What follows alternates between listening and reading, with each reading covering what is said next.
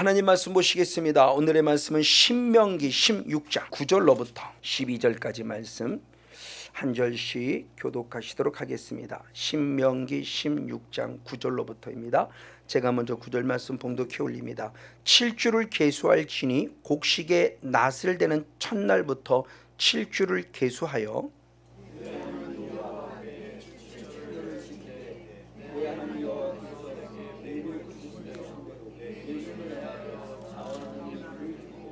너와 내 자녀와 노비와 내 성중에 거하는 레위인과 및 너희 중에 있는 객과 고아와 과부가 함께 내 하나님 여호와께서 그 이름을 두시려고 택하신 곳에서 너와 내 하나님 여호와 앞에서 즐거워할지니라.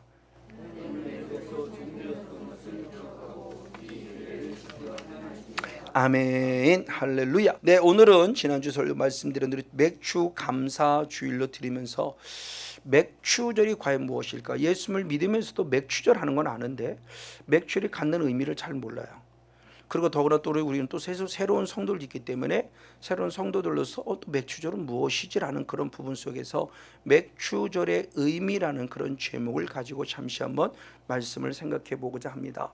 먼저 맥주절에 대한 부분의 모습에 용어가 있어요. 즉 이스라엘 백성들이 지켜야 될 3대 절기가 있는데 무교절이 있고요. 두 번째가 지금 우리가 지키는 맥주절이 있고요.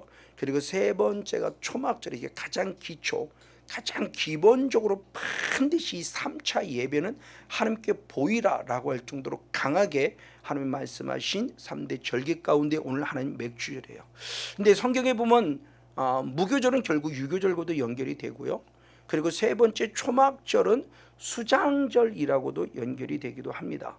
자, 그랬을 때 오늘 맥주절을 보면은 여러 용어로 불려요. 그래서 가장 먼저는 출애굽기 23장 16절에 보면 맥주절을 지키라.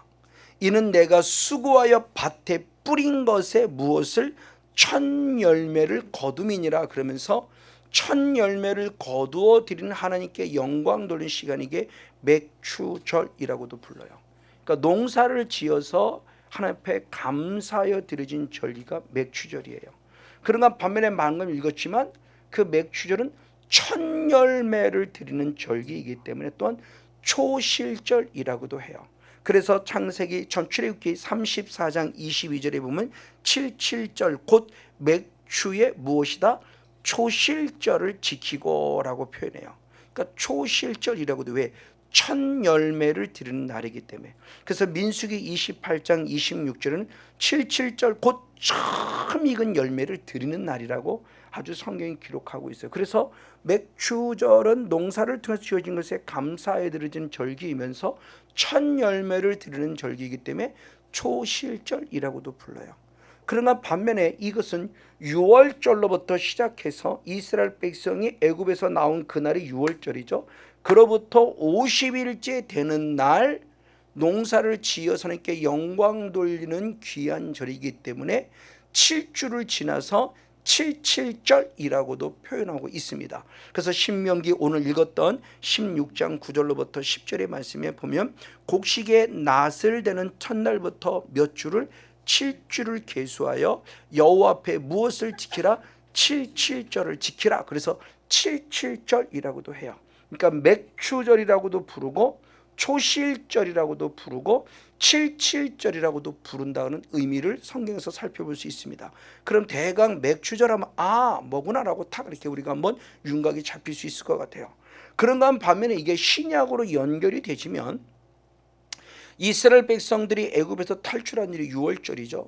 이 6월절이 구원한 날인데 이 6월절을 예수님이 십자가를 통해서 완성하셨죠. 그래서 6월절에 예수님이 결국 돌아가시는 거죠.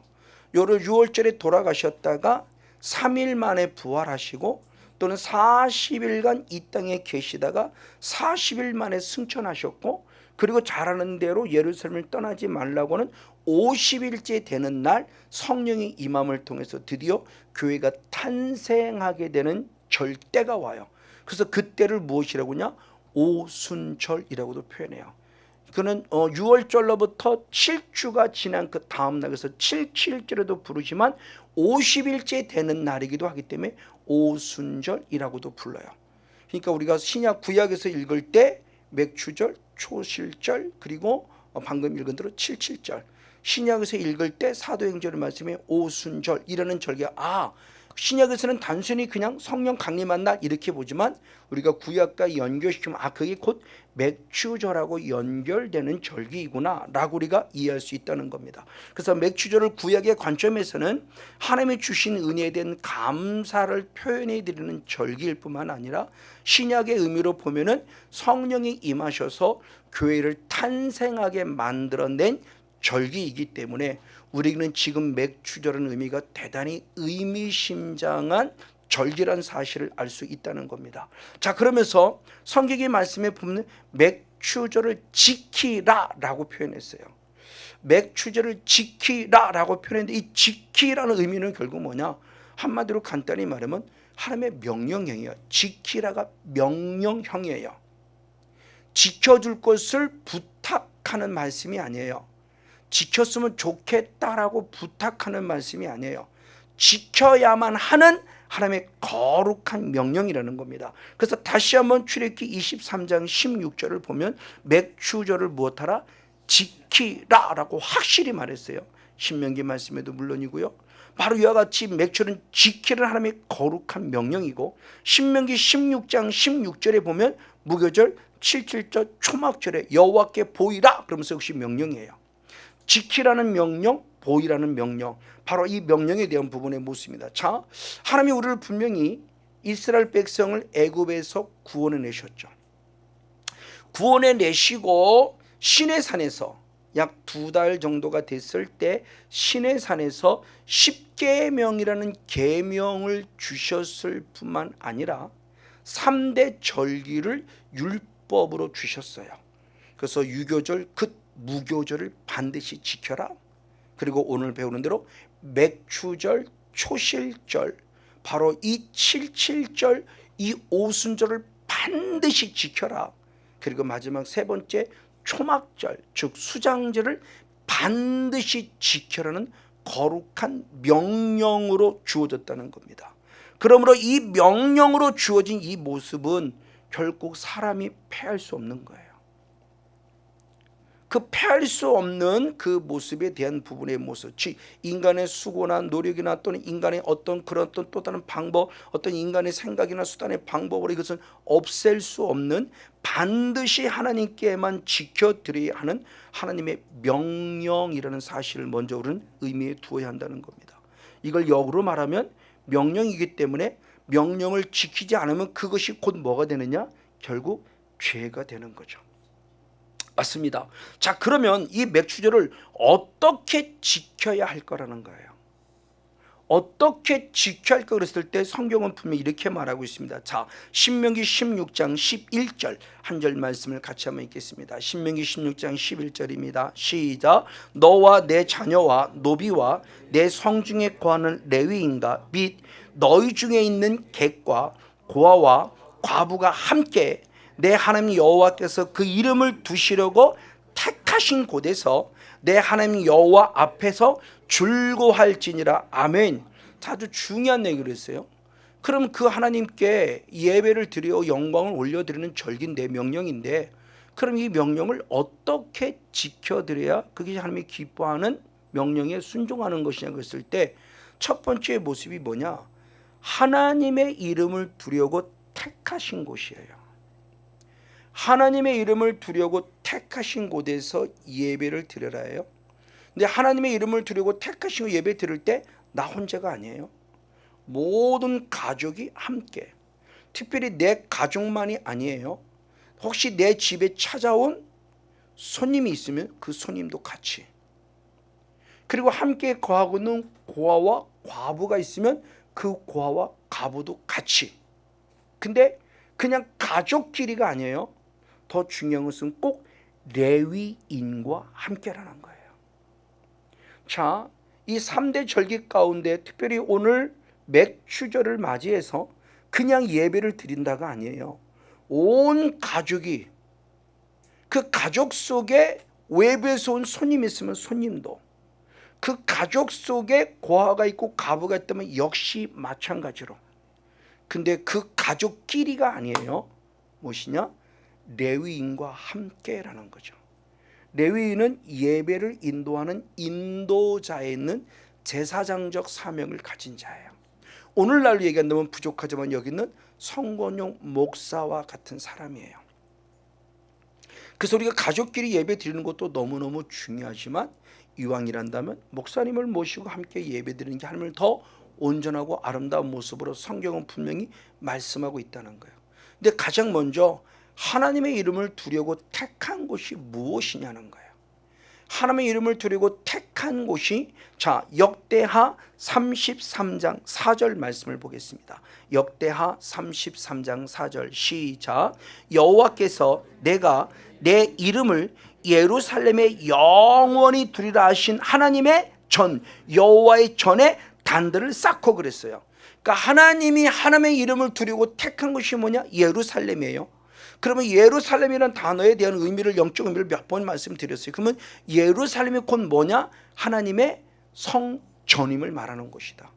그래서 열왕기상 9장 3절 말씀에도 이 전을 거룩하게 구별하여 나의 이름을 영영히 그것에 두며라고 말씀했어요. 그러니까 하나님의 이름을 두려고 택한 것이 어디냐? 예루살렘이다. 그럼 예루살렘이라는 것은 곧 어디를 얘기하는 거냐?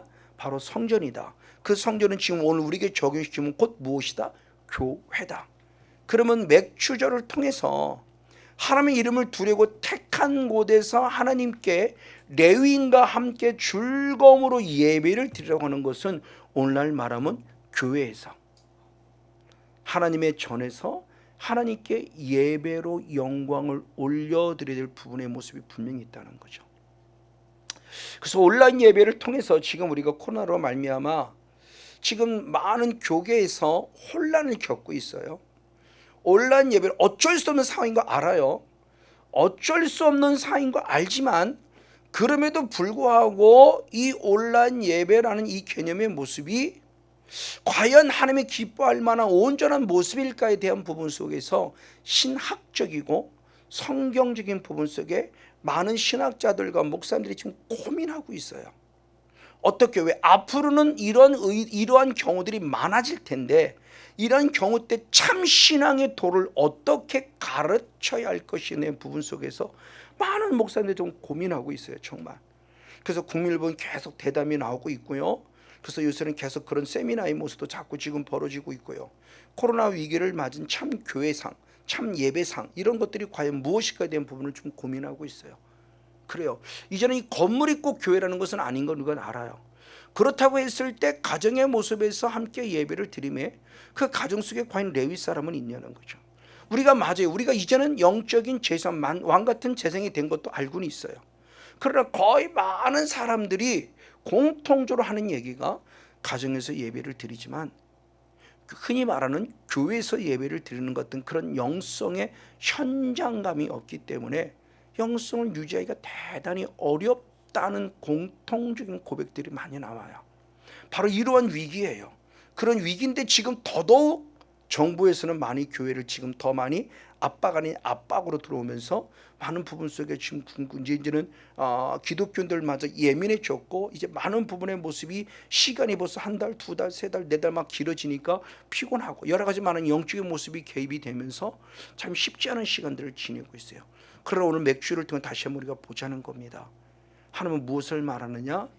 레위인과 함께 여호와의 이름을 두려고 하나님의 이름을 택한 바로 그것, 예루살렘 성전. 예루살렘은 그 뭐냐? 성전에서 철저히 함께 모여 정말 기쁨으로 즐거움으로 감사함으로 예배를 드리라 한다면 지금 우리가 드려야 될 예배 개념 우리가 조금 더 생각해 보지 않을 수 없습니다. 맞습니다. 그러므로 하나님의 명령인 맥추절을 맞아 하나님의 이름을 두려고 택한 말씀의 집인 성전에서 나와 그리고 더불어 나의 집에 거하는 모든 가족들 그리고 객 그리고 과부가 모두가 다 같이 오늘 쉽게 말한다면 주의 종의 목회자 레위와 함께 즐거운 마음으로 예배를 드리는 바로 그런 모습이 맥주 감사절을 통해서 우리에게 요구하는 영적 의미를 가지고 있다는 거예요. 자, 그러면 두 번째 모습으로서는 모든 범사를 감사함으로 드려야 한다. 어떻게 예배를 드리냐? 하나님의 이름 있는 바로 그곳에서 우리가 다 같이 예배를 드린다면, 두 번째는 모든 범사를 감사함으로 드려지는 예배예요. 근데 이 모든 범사의 모습이 특별히 맥추절에는 확실하게 구분되는 게 있어요. 과거를 먼저 감사하라, 그리고 오늘 현재를 감사하라, 그리고 미래를 보고 미리 감사하라. 이게 맥추절의 큰 의미를 가지고 있어요. 그러니까 우리가 지금 맥추절을 맞아서 하나님께 어떻게 감사를 드려야 할 것인가의 모습을 살펴볼 수 있다는 겁니다. 첫 번째 16장 신명기 16장 12절을 보면, 너는 애굽에서 종되었던 것을 무엇하라? 기억하고 이 규례를 지켜 무엇할지니라? 행할지니라. 애굽에서 종되었던 때를 기억하라 이거예요. 쉽게 말하면 과거를 잊지 말라예요. 자, 하나님은 나를 애굽에서 구원하는 은혜를 잊지 말라예요. 우리 집사님도 기도했지만 나는 죽을 수밖에 없는 죄인인데 죽을 수밖에 없는 이 죄인을 구원해 주신 은혜를 잊지 말라요. 이건 분명히 과거의 모습이에요.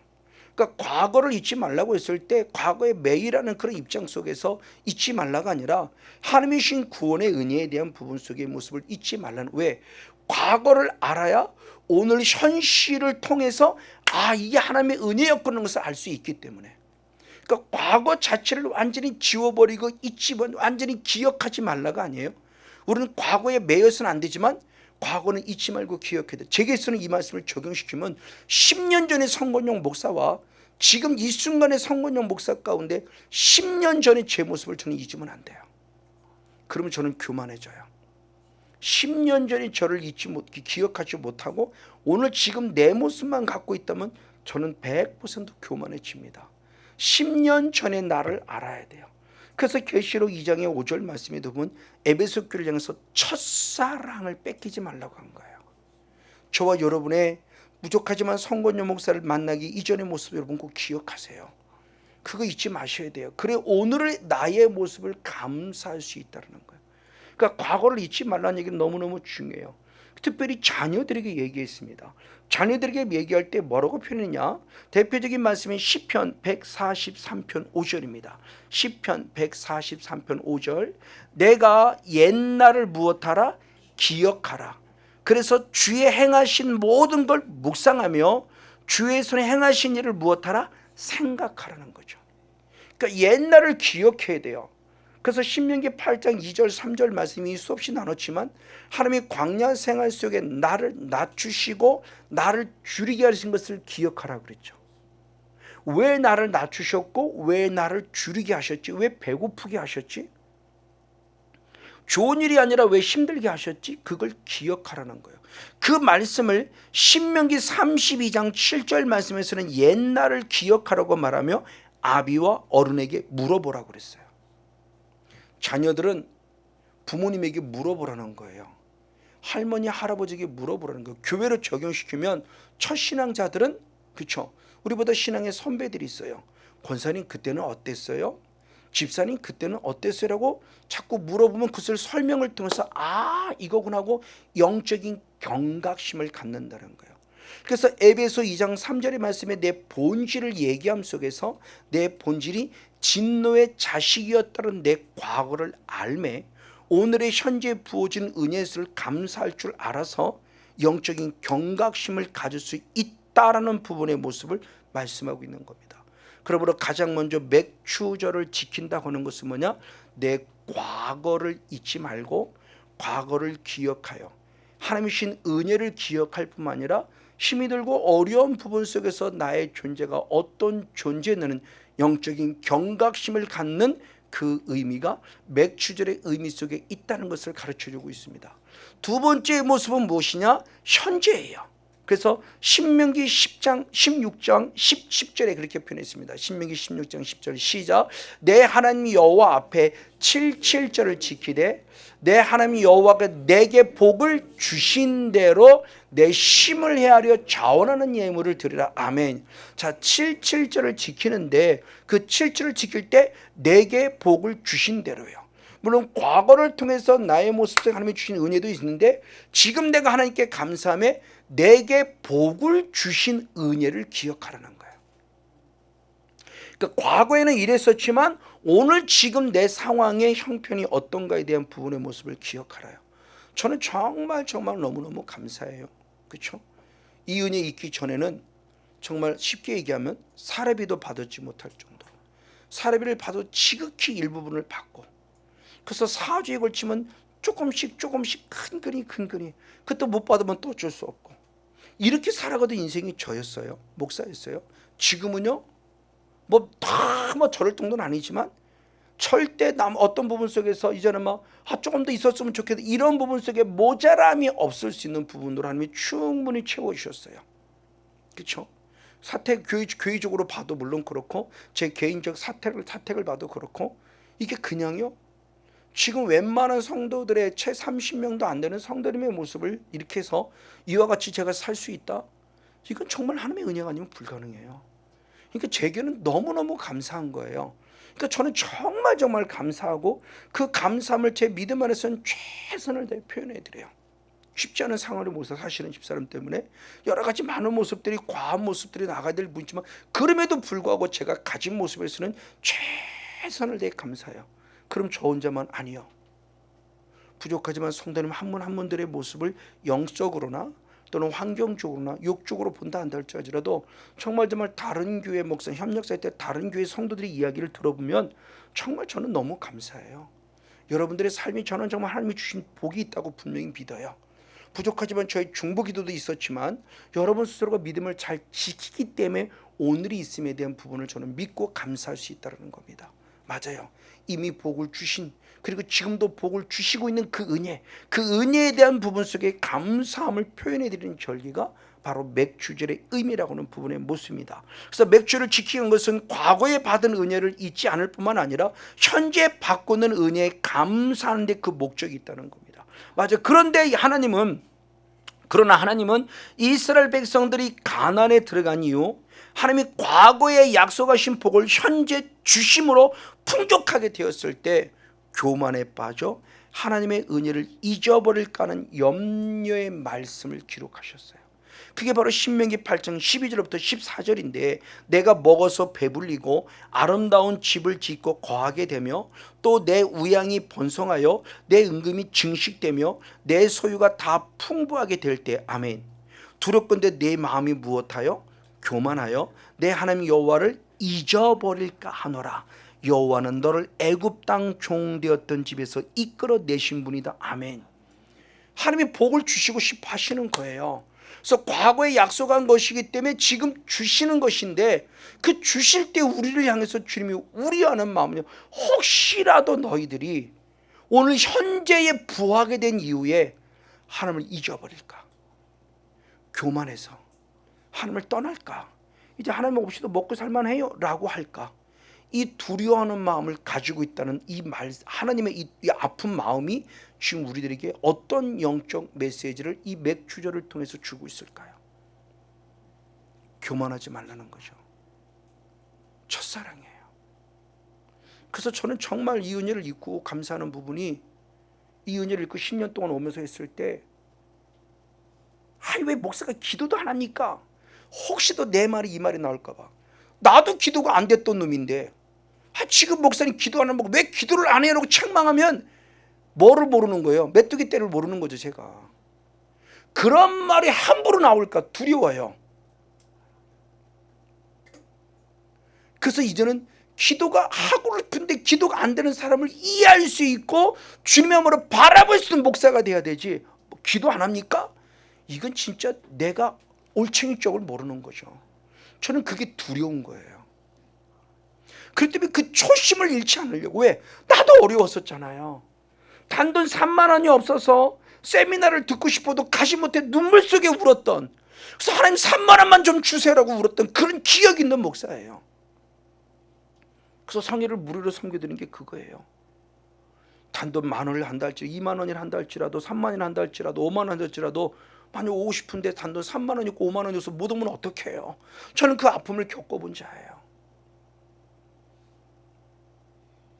차를 타고 가고 싶어도 연료비가 없어서 눈뜨므로 움직이지 못하는 그런 상황의 모습도 경험해 본 자고요. 그러니까 이 초심의 모습, 즉 과거를 통해서 현재를 아는 것은 이 현재에 대한 부분 속에 과거보다 못해도 과거보다 나아져도 교만하지 않을 것이며 못해도 좌절하고 낭망치 않을 것이며 오늘 주어진 것에 감사할 줄 아는 자가 될 필요성이 있는 절기가 바로 맥추절이라는 의미 속에 가지고 있다는 것을 지금 말씀하고 있는 겁니다. 맞습니다. 그러므로 이스라엘 백성들이 오늘 가나안에서 누리게 된 풍족한 복은 그들이 잘났고 그들이 무엇인가 열심히 했기 때문에라는 것이 아니라 하나님께서 오늘 가나안에 풍족함을 누릴 수 있는 은혜를 주셨기 때문에 그것을 깨달으라는 거예요. 이걸 다시 말한다면 과거의 은혜를 주신 하나님께서는 현재도 은혜를 주시기 때문에 풍족함을 누리게 되었다는 사실을 깨달아 하나님께 영광 돌리는 절기가 바로 맥추절이라는 것을 말하는 거예요. 그래서 신명기 8장 17절 18절 말씀을 보면은 또 두렵건대 내가 마음에 이르기를 내 능과 내 손의 힘으로 내가 이 재물을 얻었다 할까 하노라. 그것이 아니라 내 하나님 여호와를 기억하라. 그가 내게 재물 얻을 능을 주셨기 때문이라. 아멘. 이 은혜를 발견하라는 거예요. 그래서 부족하지만 정말 이곳에 옮긴 것도 너무 감사하고요. 그래요. 정말 100평 넘는 110평 가까이 곳으로 처음에 옮기려고 했어요. 여러 번 딜이 됐었고요. 근데 지금 생각하면 만약 거기를 갔다 한다면 우리 교회가 감당을 못했을 것 같아요. 들어가는 건 들어갔을 거예요. 거기에 들어가는 인테리어 비용이 그건 제가 생각지도 못했던 부분이었어요. 그리고 아마 제가 거기 갔으면 저 되게 교만해졌을 거예요. 아, 이런 것들이 다 하나님이 결국 막는 거구나. 하나님이 정말 적당하게 주시는 건데 나는 욕심을 안 부린다고 하면서 거기를 막 가고 싶어 했어요. 처음에는 왜 이 정도 좀 크게 하고 있다는 걸 보여주고 싶은 욕망이 제 밑바닥에 깔려 있었던 거죠. 이거 무시할 수 없었어요. 참 이런 것들을 보면 그래요. 아직도 멀었구나. 아직도 내가 누군가에게 막 인정받고 싶고 내가 이만큼 하고 있다는 걸 막 자랑하고 싶은 욕망이 내 안에 있구나. 아직 멀었어.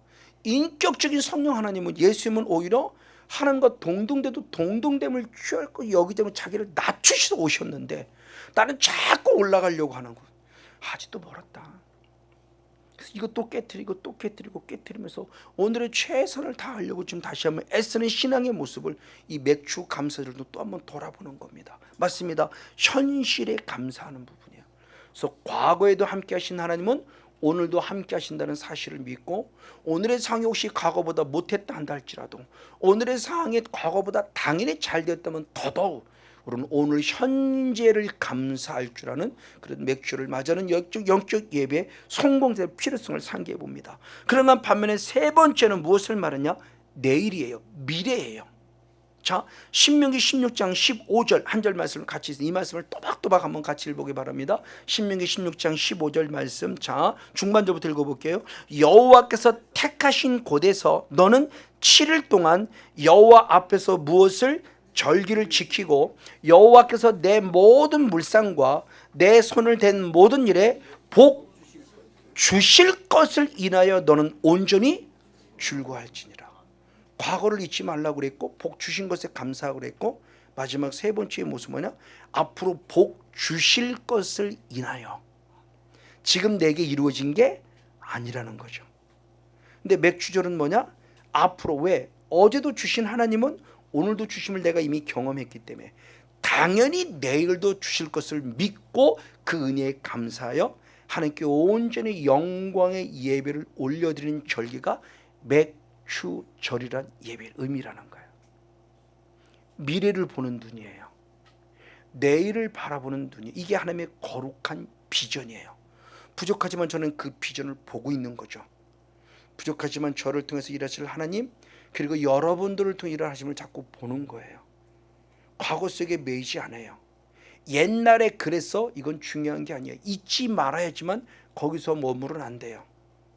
바로 우리는 그 하나님을 볼 수 있는 눈이 가져야 한다는 거죠. 그래서 과거에도 도와주신 하나님은 지금 반드시 현재도 도와줄 뿐만 아니라 더불어 분명히 내일도 도와주실 것이라는 믿음을 가져야 한다는 거죠. 지식의 믿음이 아니에요. 왜? 경험을 통해서 터득된 거예요. 아, 그때도 일했던 하나님, 아, 오늘도 일하시고 있구나. 오늘에 이렇게 일하신 하나님, 반드시 내일도 이렇게 일할 것을 믿는 거예요. 이제는요. 이 말씀이 레마가 되는 거예요. 아, 정말 어제도 치유하신 하나님은 오늘도 치유하고 계시고, 오늘도 치유하시면 내일도 치유하고 계시고. 은혜를 얘기할 때, 그렇죠? 수요일 입장으로 보면 월요일은 과거죠. 수요일 오늘은 현재예요. 근데 아직 목요일 금요일도 안 되는데, 이 목요일 금요일도 또 치울 것을, 더 확실히 치울 것을 믿고, 목요일 금요일도 수요일의 입장에서 미래를 보고 이미 마음을 다짐을 하고 그렇게 왔다는 거죠. 바로 이것이 맥주일의 의미 속에 중요한 영적 의미를 지금 말씀해 주고 있다는 겁니다. 맞습니다.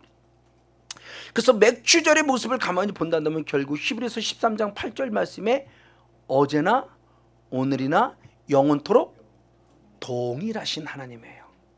어제 하나님이 변죽이 생겨서 오늘 달라지고, 오늘의 하나님이 변죽이 있어서 내일 달라지는 게 아니라, 어제 하나님은 오늘의 하나님과 똑같고 오늘의 하나님은 내일의 하나님도 똑같다는 거예요.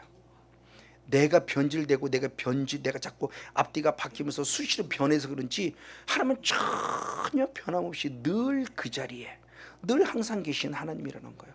바로 이 믿음이 우리 안에 샘솟는 겁니다. 저는 부족하지만 이 말씀이 믿어지는 거예요. 믿어지니까 오늘의 고난을 바라보는 개념이 달라진다. 이거 지식으로 모르는 말씀, 옛만큼 예수 믿음했을 때 히브리 13장 8절 말씀 모르는 말씀이 누가 있어요? 얼마나 우리가 많이 듣던 얘기입니까? 어제의 하나님, 오늘의 하나님, 오늘의 하나님, 내일의 하나님, 영원토록 동일하시는 이 말씀 모르는 사람은 없어요. 웬만한 성도들은. 이게 정말 이게 믿어지냐는 거죠. 이 말씀하면 아멘은 다 해요. 근데 하나도 안 믿어져요. 그게 우리가 그동안 우리의 신앙이었거든요. 말씀이 안 믿어져요. 지식으로는 로고스로는 있다니까요. 근데 이게 레마가 안 되니까 안 믿어지는 거예요. 왜? 내가 보니까 어제 하나님 오늘은 달라요. 왜? 어제는 좋았는데 오늘 갑자기 나빠지잖아요. 질병이 오든지 가난이 오든지 남편 때문에 문제가 생기든 자녀 때문에 문제가 생기든, 그럼 우리 입장은 당장 유괴 조건으로 보니까 뭘 똑같긴 다르지. 우리 하나님 삐졌나? 우리가 왜 그러는 거야? 하라고 원망하고 불평 불만했던 게 우리의 신앙이었잖아요. 저의 신앙이었어요. 그러니까 하나님 앞에 따지는 거죠. 이게 저의 모습이었어요. 저거 부인하지 못해요. 그러나 이제는 믿어요. 저는 확실히 믿어요. 이제는 흔들리지 않아요. 정말 이제는 막 부족하지만 목사가 이제는 말씀 막 믿어져요. 막 어제나 오늘나 영원토록 이 하나님이 정말 믿어져요. 그러니까 저는 감사한 거예요. 오늘 저와 여러분도 이 맥주절을 맞아서 맥주절의 의미가 어떤 의미인가를 다시 한번 확실히 알아서, 어제도 일하신 하나님은 오늘도 일하고 계심을 믿어지는 은혜 가운데 있고, 오늘도 일하신 하나님은 내일도 일하실 믿어질 하나님, 그 하나님이 주신 복 줄 것을 믿는 은혜 속에서 살아있는 영적 예배 성공자 우리 모두가 되어지기를 주님으로 간절히 축복하고 축원을 드립니다. 맞습니다. 자, 가나안에 들어갔을 때 그 가나안에 들어가게 된 모습 가운데 처음부터 가나안이 아니라 광야 속에 있을 때는 뭘 먹었냐? 만나를 먹었죠. 그래서 출애굽기 16장 35절을 보면은 40년 동안 만나를 먹되 가나안 지경에 이르기까지 그들이 뭐를 먹었어요? 만나를 먹었어요. 자, 지금 이제 가나안의 지경에 딱 들어오는 현실 속에서 지금까지는 과거 속에 뭐냐? 만나를 먹었어요. 그리고 현실의 모습 속에서 이제는 하나님이 주시는 뭐냐? 농사를 지어서 먹게 되는 오늘 현실과, 그리고 앞으로 실 축복을 기대하는 믿음 속에 있는 게 가나안의 영성이에요. 그러니까 광야의 영성은 과거와 더불어 현재로 살아가는 것이지만, 이 가나안의 영성은 과거를 보았고 오늘 현실을 보되 미래 속에도 어떻게 향하실 하나님을 보는 신앙이에요. 그러니까 가나안의 영성은 하나님 나라가 완벽하게 이루어진 신앙이에요. 광야 영성은 또 고난 속에 있지만, 그러니까 가나안의 영성의 신앙은 확연히 달라집니다. 지금 우리가 살고 있는 신앙관 자체가 달라져요. 삶이 달라져요. 삶이 진짜 육신의 것에 매이지 않아요. 질병 없는 게 아니라 있을 수 있어요. 매이지 않아요. 가난 없는 게 아니라 있을 수 있어요. 가난 속에 매이지 않아요. 그게 사도 바울의 영성이었고요. 부족하지만 이 주의 중에 지금 오늘 현실을 살아가는 믿음의 요소라는 거예요. 그러니까 이 맥주를 통해서 우리가 좌라보는 관점의 모습이 확실히 달라진 모습들을 분명히 볼 수 있게 된다는 겁니다. 그래서 어떻게 표현되었는가 그랬을 때, 자, 여호수아서 5장 12절의 말씀을 보겠습니다. 여호수아서 5장 12절 말씀 같이 한 목소리 한번 읽겠습니다. 시작. 그 땅 소산을 먹은 다음 날에 만나가 그쳤으니 아멘. 이스라엘 사람들이 다시는 만나를 얻지 못하였고 그 해에 가나안 땅의 열매를 먹었더라. 할렐루야. 자, 광야에서 넘어와 요단강을 건너 가나안 땅에 들어와서 이 땅에서 오늘 현실 속에 이 땅에서도 수확물을 먹는 순간 만나는 뚝 끊어졌어요. 이거는 과거에 이제. 근데 현실이 오늘 먹었어요. 그리고 미래 땅에 앞으로도 계속 주실 열매를 먹는 것에 대한 부분의 모습을 가르치면서 과거, 현재, 미래의 모습을 보게 하신 하나님이에요. 맞습니다. 바로 그 하나님이에요. 그래서 따라서 하나님께서 아직 가나안에 들어가기 직전에, 아직 가나안 땅에 들어가지 않았는데 가나안 땅에 들어가기 전에 미리 맥주절을 지키라고 명령하신 거예요. 그러니까 가나안 땅에 들어가고 주신 명령이 아니에요. 이 맥주절을 지키라는 것은 아직 가나안 땅에 들어가지 않는 광야 속에 있을 때 미리 명령하신 거예요.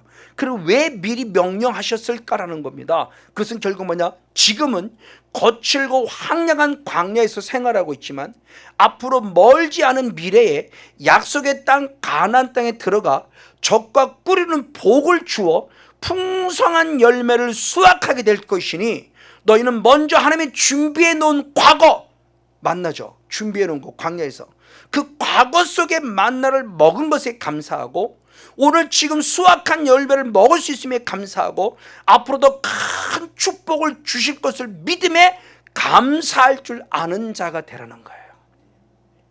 과거에 감사하고 오늘에 감사하고 앞으로도 하나님이 이런 축복을 주실 것에 대한 부분의 모습을 감사하는 절기가 지금 이 맥주절을 통해서 우리에게 주어진 축복의 거룩한 비밀이라는 거예요. 다시 말해서 지금 당장은 내 손에 아무것도 없어요. 땅의 소선을 먹을 수 있도록 과거에 미리 준비해 주셨던 거예요. 그리고 오늘 먹도록 일용한 것 주실 때 감사할 뿐이에요. 그리고 앞으로도 주실 줄 믿고 받을 하나님의 복을 미리 내다보며 감사를 드리게 맥주를 지키라고 명령한 겁니다. 그래서 신명기 29장 5절을 보면은 40년 동안 너희를 인도하여 광야를 통행케 하셨거니와 너희 몸에 옷이 낙지 아니했고 너희 발에 신이 헤어지지 아니했어요. 지금 보니까 그러니까 40년 동안 그때 당시로서는 정말 힘이 든 시간이었고 그때 당시로서는 현실이 됐죠. 현재예요. 근데 오늘이 되고 보니까 과거인데 그 과거의 모습을 돌아보니까 하나님이 한 번도 나를 굶긴 적이 없어요. 사랑의 기도 마찬가지예요. 힘든 시간이 있었어요. 그래도 하나님이 도우셨어요. 전혀 생각지 않은 사람들을 위해서 돕고요. 누군가가 전혀 생각지 않은 사람이 쌀을 갖다 주기도 하고요. 그래서 굶게 하지 않았어요. 굶식하지 않게 하셨어요. 쉽지 않은 시간들이었지만 지나고 보니까 바로 이거예요. 이걸 발견하는 게 맥주절이고 그런 하나님을 통해서 앞으로도 주실 하나님을 바라보는 게 맥주절의 감사의 의미를 가지고 있다는 거죠. 맞습니다. 자, 그러면 어떻게 감사될 모습인가라는 부분의 모습입니다. 어떻게 감사할 때 가장 먼저는 신명기 16장 10절, 16절, 17절의 말씀에 물질을 통해서 감사를 표현하는 것을 표현해 주고 있습니다. 여호와 앞에 7절을 지키되 여호와께서 내게 복을 주신 대로 지금껏 주신 거예요. 과거에 주셨고 지금도 주시는 대로 힘을 다해서 자원하는 무엇으로? 예물을 드리라. 그래서 16절엔 여호와의 택하신 곳에서 공수로, 개역 성경은 지금 빈손으로 여호와께 보이지 말아라. 내 하나님 여호와의 주신 복을 따라 어떻게 그 힘대로 물건을 드릴지니라. 그러니까 맥주절의 모습은 뭐냐? 과거와 현재, 그리고 앞으로 미래도 마찬가지지만 이미 복을 주셨던 대로, 그리고 지금 주시고 계신 대로, 그리고 앞으로 또 보겠지만 앞으로 복을 주실 것을 믿고 감사하는데 그냥 감사가 아니라 어떻게? 힘을 다해요. 공수로 나오는 것은 빈손이에요. 근데 그 의미가 있어요. 의미. 원어 갖는 의미는 결국 뭐냐? 공수가 렉하면라는 의미인데 공허하게 헛되는 뜻이에요. 다시 말해서 하나님 앞에 헛되이 나오지 말라는 거예요. 그냥 나오지 말라는 거예요. 감사가 있으면 감사를 표현하라는 거죠. 특별히 집사람이 저한테 하는 얘기가 있어요. 사랑을 표현해야 알지. 그러니까 또 제가 표현력이 약한 거죠. 집사람은 사랑이 고픈데, 그렇죠? 근데 제가 사랑을 표현하지 못해요. 근데 그나마 지금은 조금 좀 하려고 애쓰는데 집사람이 몸이 움직이기 어려우니까 제가 설거지도 열심히 하고요. 반찬은 못 만들어서 그렇지 밥상도 열심히 차리려고 하고요. 어떻게든 집사람한테 조금이라도 내 할 바에 대한 무슨 어떤 최선을 다하려고 하고 있어요. 조금이나마 내 마음속에 사랑하는 모습을 표현해주고 싶은 거죠. 덜 아프게 하고 싶고 덜 힘들게 하고 싶고, 그게 제가 영으로도 물론 중보기도 하지만 육으로도 도와야만 되는 거죠. 맞아요. 그 표현입니다. 그 표현 속에 지금 공들게 그게 공수죠.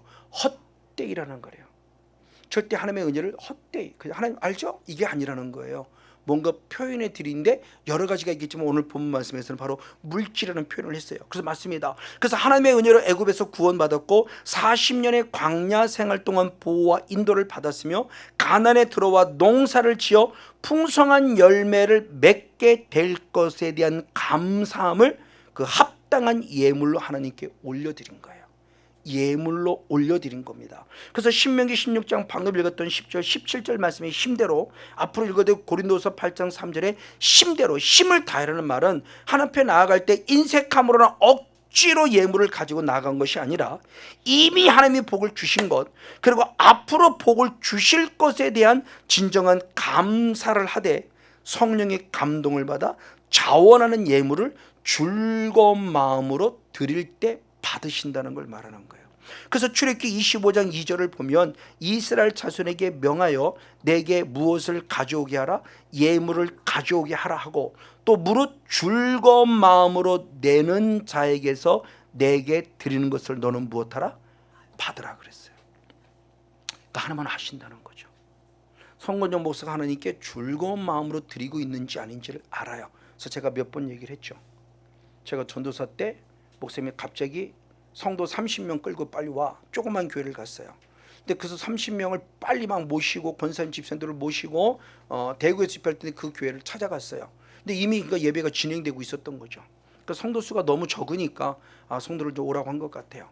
근데 갑자기 말씀을 증거하다가 예물을 드리자고 하는 거예요. 근데 맞아요. 근데 우리는 준비하지 못했어요. 저 자신도 준비하지 못했어요. 그때 제가 생각이 든 겁니다. 제 주머니에 뭐가 있었냐? 3,000원이 있었어. 그때 제가 사례비를 20만 원인가 25만 원 받을 때요, 한 달. 그러니까 그거 갖고 제가 한 달을 지내야 되는 건데 너무너무 쉽지 않은데 그 모습이 있어. 제 주머니 그때 마지막 때가 됐는데 내 주머니에 3,000원이 있어요. 그러니까 저는 생각할 때 3,000원 있으니까 3,000원 전부를 드려야지라고 생각한 거예요.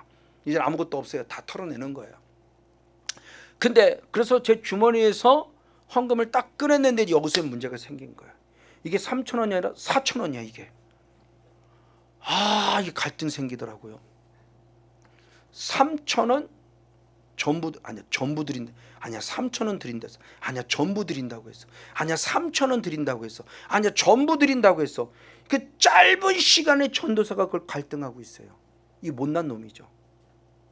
근데 앞자리에 앉아있으니까 헌금 바구니가 금방 오잖아요. 그럼 어떻게 해요? 앞바구니 있으니까 그냥 그래, 후자를 제가 전부라고 생각하고 전부를 드렸어요. 그러니까 저는 아무것도 가진 게 없어요. 그리고 집회가 끝났어요. 근데 목사님이 불렀어요. 성전사 잠깐 와봐. 그래서 갔더니 성사 어제 수고고 고마웠어. 그러면서 봉투를 하나 주세요. 근데 얼마나 기쁘던지. 그래서 봉투를 받으면서 얼마나 궁금해요. 얼마가 들었을까? 이게 저의 목표예요 이제. 그래서 잽싸게 뜯어봤죠. 그래서 하얀 봉투를 탁 열었는데 열고서 보면서 제가 제 무릎을 딱 쳤어요. 하고 깨달은 거예요. 뭘 깨달았냐? 거기 얼마가 들었냐? 3만 원이 들었어요. 그때 깨달은 거야. 1,000원마저 기쁨으로 받으셨으면 하나님 분명히 목사님을 감동시켜서 4만 원을 줬을 텐데. 이게 딱 깨달아지는 거예요. 이거구나. 그러니까 하나님은 결국 얼마만 받으셨냐? 3만 원만 받으신 거고 3,000원만 받으신 거고 1,000원은 돈이에요. 돈.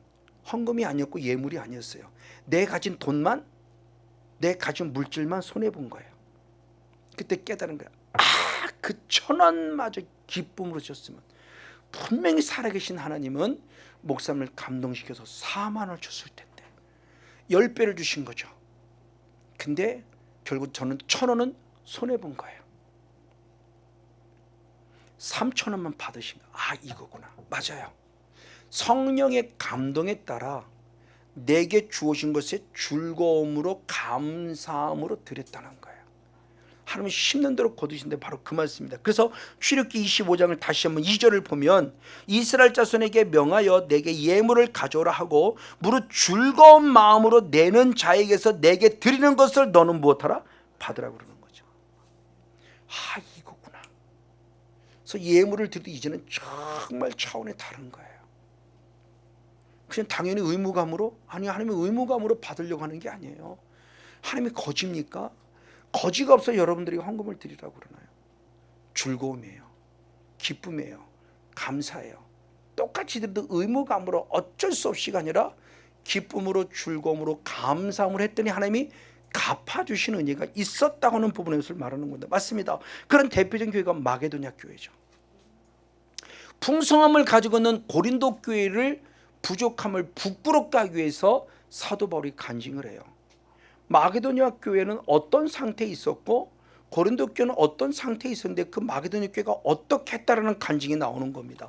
그래서 고린도 후서 6장 1절로부터 참 8장 1절로부터 3절 말씀을 보면 하나님께서 마게도냐 교회들에게 주신 은혜를 우리가 너희에게 알게 하겠다. 마게도냐 주신 은혜가 있었는 걸 그걸 고린도 교회에게 얘기를 하겠다는 거예요. 자, 환난의 많은 시련 가운데서 저가 무엇하는 넘치는 기쁨과 극한 가난 속에서 저희로 무엇한 풍성한 연보를 넘치도록 하게 하였느니라. 내가 증거하느니 저희가 힘대로 할 뿐만 아니라 힘에 넘치도록 지나도록 자원했다. 누가? 마게도냐 교회가. 이 고린도 교회야, 네가 부끄러운 줄 알아 이거예요. 왜? 고린도 교회가 먼저 헌금하겠다고 작정했는데 하나도 안 했거든요. 근데 마게도냐 교회는 작정하지 않고 자기 가진 것을 드린 건데 그 드렸을 때 어떻게 드렸냐? 극한 가난 속에서 자기가 가진 모든 것들을 힘대로 아니 힘에 지나치도록 드려서 하나님이 주신 은혜가 있었다는 사실을 지금 이 사도 바울은 고린도 교회 향해서 얘기를 하는 거예요. 있음에도 안 드리는 그들을 향해서. 바로 그 부분의 모습입니다. 맞습니다. 그래서 예수님도 친히 말씀할 때 과부의 2렙돈을 가장 많이 드렸다고 칭찬했어요. 왜? 결국 하나님은 결국 예수는 뭐냐? 물질의 양을 보는 것이 아니라 믿음의 질을 보는 거예요. 그래서 누가복음 21장 2절 4절을 보면 가난한 과부의 2렙돈 넣는 것을 주님이 보시고 이 가난한 과부가 모든 사람보다 더 많이 넣었다고 칭찬했습니다. 저들은 풍족한 중에서 헌금을 넣었어요. 풍족한 중에서 헌금을 넣었어요. 그러니까 물질의 양으로 보면 많이 넣었는지 몰라요. 근데 이 과부는 가장 가난한 중에서 자기의 있는 바 생활비 무엇을 전부를 넣었어요. 2렙돈. 2렙돈이 뭐냐? 하루 품삯의 64분의 1이에요. 하루 품삯이 우리로 말한다면 예를 들어 10만 원이라 말한다면 2렙돈은 지금 우리 돈으로 따지면 1,000원도 안 되는 640원 꼴이에요. 근데 그걸 하나님 크다고 봐주셨어요. 왜? 그가 자기의 가진 전부를 드렸기 때문에. 주님은 물질의 양을 보는 게 아니에요. 풍족한 가운데 드리는 100만 원, 풍족한 가운데 드리는 10만 원을 보는 게 아니라 구차하고 힘들고 어려운 가운데 드려진 640원을 귀하게 보시고 더 크다고 봤다는 거예요. 물질의 양을 보는 게 아닙니다. 믿음의 질이에요. 그 드리는 마음이에요. 믿음이에요. 어떤 마음으로 드렸냐는 거예요. 그때 주님은 크다고 본 거예요. 많다고 본 거예요. 그게 바로 기쁨으로 표현될 우리의 모습입니다. 맞습니다. 그 대표적인 자가 누구냐? 바로 우리가 잘 알고 있는 바로 아벨이죠. 그래서 히브리서 11장 4절 말씀에 보면 믿음으로 아벨은 가인보다 더 나은 뭐를 줬어요? 제사를 하나님께 드림으로 의로운 자라는 증거를 가졌어요. 얻었어요. 하나님이 그 예물에 대해 증거했으니 저가 죽었으나 믿음으로써 오히려 말한다. 죽었지만 믿음으로 말해. 그 믿음이 뭐냐? 여러 가지 행함이 있는 믿음 가운데 아벨은 더 나은 제사를 드림으로 하나님 앞에 인정받았다는 거예요. 가인보다 훨씬 나은 뭐 그럼 육적으로 그런 게 아니요. 그 드리는 자세. 그래서 창세기 4장 4 나중에 한번 예물에 대면 좀 더 깊이 나누겠지만 창세기 4장 4절을 그렇게 표현했어요. 아벨과 그가 드린 제물을 연락하셨어요. 다시 말하면 아벨을 연락했기 때문에 아벨이 드린 제물이 연락된 거예요. 그럼 가인은 똑같은 말씀이 마른 말씀에 보면 가인과 그 제물을 연락하지 않으셨어요. 가인 자체를 안 받으니까 그가 드린 제물도 받지 않으셨어요. 이게 뭐냐는 거죠. 그러니까 맥주를 통해서 나 자신을 주님 앞에 드리지 않으면 내가 아무리 1억을 드려도 주님 받지 않아요. 나 자신을 드리니까 내가 드린 재물이 2렙돈밖에 안 돼도 하나님 그 예물을 연락하신 거예요. 나예요. 내 인격이 먼저 드려져야 돼요. 그래서 로마서 12장 1절은 너희 몸을 그랬어요. 몸. 그 몸은 육신의 몸을 말하는 게 소마, 인격이에요. 지정의. 네 몸을, 네 마음을, 네 목숨을, 네 힘을 다하여 하나님이 기뻐하는 거룩한 산 제사로 드려라. 이것이 너희들 영적 예배니라. 그래서 저는 여러분은 정말 그러는 거예요. 요걸 내가 보면 저 이제 가면 그래요. 모르겠어요. 하나님이 저를 얼마나 살려줄는지. 제가 이곳에 안양에서 옛날에 한번 어지러워서 제 성에 쓰러져 한번 적이 있었다고 그랬죠. 지지난 수요일입니다. 이번 이곳에 예배를 드리다가 제가 갑자기 교회에서 잠깐 기도하고 일어났는데 갑자기 예배를 드리려고 하면서 띵 하면서 순간 탁 어찌랬어요. 근데 어찌라고는 끝나는 게 아니에요. 지금 내가 분명히 여러분 유기적으로 지금 내가 여기 와 있잖아요. 여러분 앞에 서 있는데 제가 여기가 아닌 딴 색이 있는 것처럼 느껴졌어요. 몸은 분명히 여기 와 있는데 그리고 설교를 하는데 내가 내 스스로 지금 내가 무슨 설교를 하는지 잘 모르겠고 내가 또 다른 곳에 와 있는 것처럼 느껴졌어요. 순간 딱 깨달은 거예요. 이거구나. 다시 말하면 하나님이 나를 데려가시려고 그러나? 이런 순간적인 모습이 온 거예요. 그때 깨달은 거예요. 더 죽도록. 그러니까 늘 내 자신의 모습을 저는 지금 어떻게 해놓느냐? 하나님께 드리고자 하는. 그래서 제가 요걸 지금 계속 했잖아요. 마음을 다하고 목숨을 다해서. 그래서 찬양하는 순간에도 기도하는 순간에도 오늘 설교하는 이 순간에도 저는 마지막일 줄 모르는 이 시간에 최선을 다하는 거예요. 영의 세계가 실제예요. 그럼 여러분도 마찬가지로. 혹시 제게 어떤 일이 있을지 모르지만 절대 혹시 안 좋은 일이 있어도 그것 때문에 슬퍼하지 마세요. 최선을 다했구나. 우리 성목사님은 정말 최선을 다했구나. 참 신실하게 하루를 최선을 다했구나. 당신의 몸을 하며 기뻐하는 거룩한 산제사로 드린 영적 예배자의 삶을 살았구나라고 볼 수 있다면 저는 그것으로 기뻐요. 지금은 이 맥주를 통해서 지금 보는 겁니다. 그 모습을 통해서 드려지는 모습을 보는 것은 이게 정말 주님이 받으시는 귀한 모습이다. 더 나은 제사를 드리는 거예요. 자, 그러면 어떤 예물을 드리느냐가 있을 때 첫 열매를 드렸다고 그래요. 자, 다시 한번 이미 앞으로 읽었지만 출애굽기 23장 16절 19절 두 절 말씀이 있습니다. 출애굽기 23장 16절 19절 말씀. 맥주를 지키라. 이는 내가 수고하여 밭에 뿌린 것의 무엇? 첫 열매. 19절은 너의 토지에서 무엇? 처음 익은 열매 첫 것을 가져다가 너희 하나님 여호와 전에 무엇하라? 드리라. 그러니까 맥주는 뭐냐? 첫 열매라는 개념이에요. 그렇죠? 농사로 지어진 첫 열매예요. 그럼 우리 지금 우리들에게 적용시켜 본다면 우리는 지금 농사는 짓지 않는데 내 삶 속에서 드려진 우리 집사님 얘기한 대로 6월 전반기를 살았어요. 근데 지금 후반기 들어가는 그 첫 7월 달을 통해서 첫 드렸을 때 그때 들으시는 하나님이 주신 첫 열매의 모습 여러 가지 게 많을 거예요. 그것이 우리는 지금 물질로 표현되는 거죠. 그러니까 주님이 주신 첫 열매, 그럼 첫 열매라는 것이 단순히 따진 첫 열매도 있지만 성경의 의미는 결국 뭐냐? 민수기 18장 12절을 봅니다. 이건 한 목소리로 같이 한번 읽어보겠습니다. 민수기 18장 12절 말씀 같이 한번 읽겠습니다. 시작. 여호와께 드리는 첫 소산 곧 제일 좋은 기름, 제일 좋은 포도주, 곡식을 내게 주었은즉 아멘. 하나님이 내게 제일 좋은 것으로 주신 것을 드리는 것이 첫 열매라는 개념이에요. 그러니까 처음 것이라는 의미 속에 첫 것도 될 수 있어요. 근데 하나님이 주신 가장 좋은 것을 드리는 게 첫 열매 개념이에요. 왜? 첫 것은 하나님의 것이기 때문에. 그래서 출애굽기 13장 2절 말씀에 보면 이스라엘 민족 자손 중에 사람이나 짐승이나 물어나고 초태생은 다 무엇이다? 거룩히 구별해 내게 돌리라. 이는 무엇이다? 내 것이다. 민수기 3장 13절도 이스라엘 처음 난 자 거룩히 구별하라. 내 것이다. 내 것이 될 것이라고 그랬어요. 그러니까 첫 것 자체가 하나님의 것이기 때문에 우리는 잘 구별해서 드리는데, 그것이 그냥 드리는 것이 아니라 가장 무엇이다? 좋은 것이죠. 그러니까 내 믿음의 가장 좋은 것이 돼야 돼요. 양을 말하는 게 아닙니다. 두 랩돌을 주님이 첫 것으로 받으신 거예요. 가장 좋다라고 받으신 거예요. 가장 귀한 것으로 받으신 거예요. 여러분의 믿음의 질이에요. 여러분의 마음의 질이에요. 지금 내가 드리는 마음이 어떤 마음이 전혀 감사가 없는데 그냥 의무니까 어쩔 수 없이 그냥 맥주절이니까 저는 그런 걸 얘기하는 게 아니에요. 그럼 저는 목회 실패죠. 저는 한 번도 그렇게 가르고 싶지 않아요. 이왕이란다면 드릴 때, 그렇죠? 그 헌금을 드리고 맥주 감사를 드리고 11조를 드리고 뭘 또 뭐 선교 구제 간축 여러 가지 그 모든 것들을 드림 속에서 어떤 마음이냐? 이것이 첫 것이다. 이게 하나님의 것이다. 이게 가장 좋은 것이다. 그래서 저는 어렸을 때 기억도 나요. 지금도 하나님 앞에 헌금 드릴 때 그 10원짜리를 다리미로 달했던 기억이 있어요. 엄마가 그렇게 가르쳐줬어요. 어머니가 이건 하나님께는 깨끗한 거 좋은 거 드리는 거야. 얼마나 꾸깃꾸깃해요. 그걸 달했던 기억이 나요. 그렇게 드려야 된다고 가르친 거예요. 그건 참 철저히 육적이죠. 그러나 마음만이라도 그렇게 된다는 것을 가르쳐주기 위해서 그랬던 것 같아요.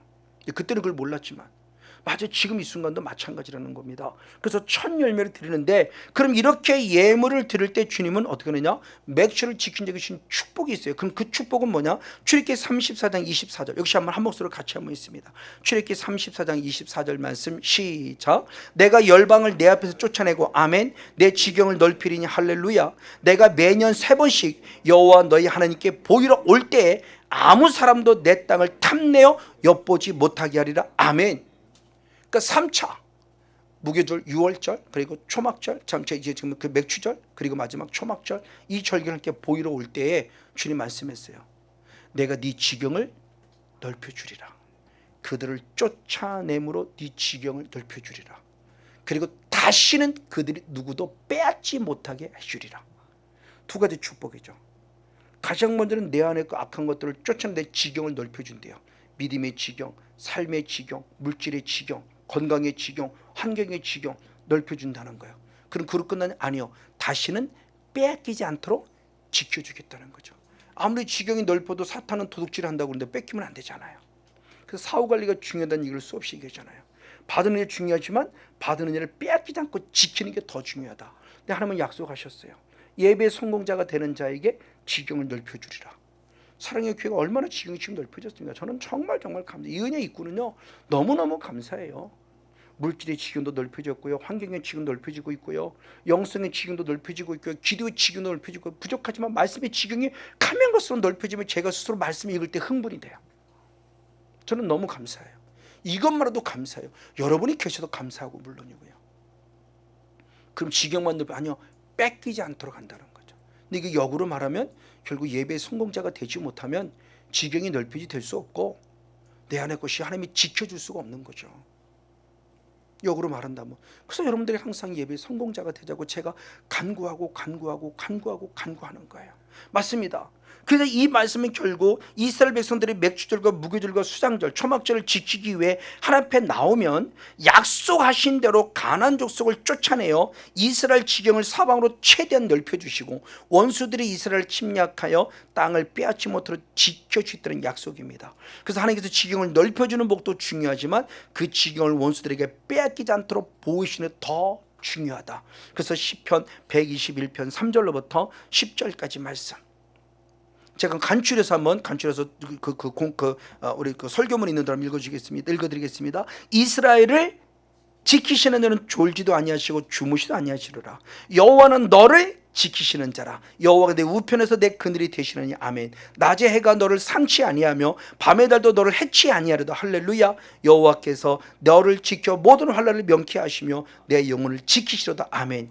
여호와께서 너의 출입을 지금부터 영원까지 지키시라. 할렐루야. 맞습니다. 이에 예배 성공자가 되어짐으로 사망의 음침한 골짜기에서도 지팡이와 막대기와 안위함을 받는 영적 주인공 우리 모두가 되기를 주님으로 간절히 축복하고 축원을 드립니다. 우리 시편 23편 4절 6절 마지막 말씀을 읽으면서 우리 마무리 하도록 하겠습니다. 시편 23편 4절 6절입니다. 시작. 내가 사망의 음침한 골짜기를 다닐지라도 해를 두려워하지 않을 것은 아멘. 주께서 나와 함께 하심이라. 주의 지팡이와 막대가 나를 안위하시나이다. 내가 여호와의 집에 영원히 거하리로다. 아멘. 할렐루야. 이 모든 은혜가 맥주 감사절을 통해서 우리 모두에게 부어지길 다시 한번 주님을 간절히 축복하고 축원을 드립니다.